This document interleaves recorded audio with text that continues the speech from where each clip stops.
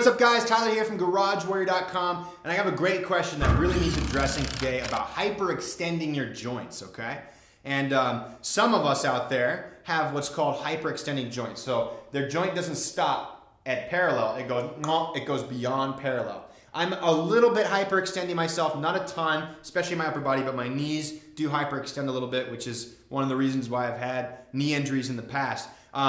And so I know firsthand that hyperextending joints can be a hassle, okay? And so what we have to understand about hyperextending joints is we don't want to aggressively extend them into that finished position, okay? Because what this does is it puts your joint at end range, it usually smushes those tissues together, and it stretches the tendons and ligaments all at the same time.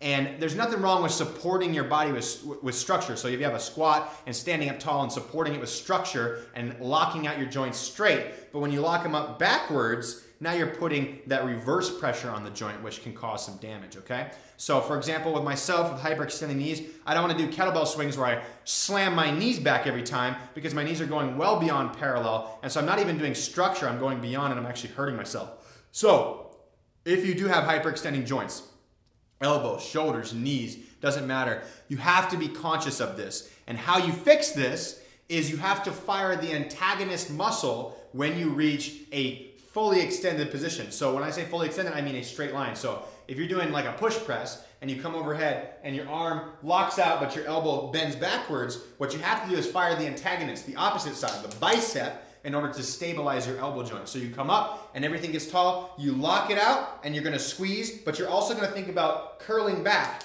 a little bit at the same time. Same with your legs. You go for a swing, you squeeze your glutes, you squeeze your core, but you're also gonna wanna fire your quads to prevent your knee from going and pushing all the way back into that hyperextended position.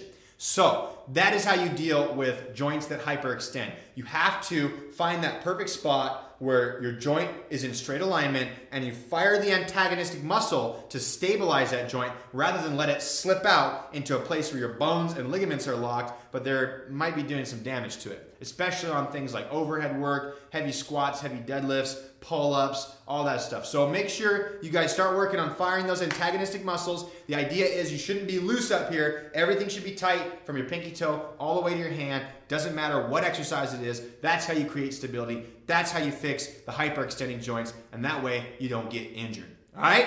Hope that helps you if you have hyperextending joints. If you dig this video, click the like button right there. Help me spread the Warrior message to more people just like you so I can teach them how to work out at home and live the Warrior lifestyle. Thanks for watching.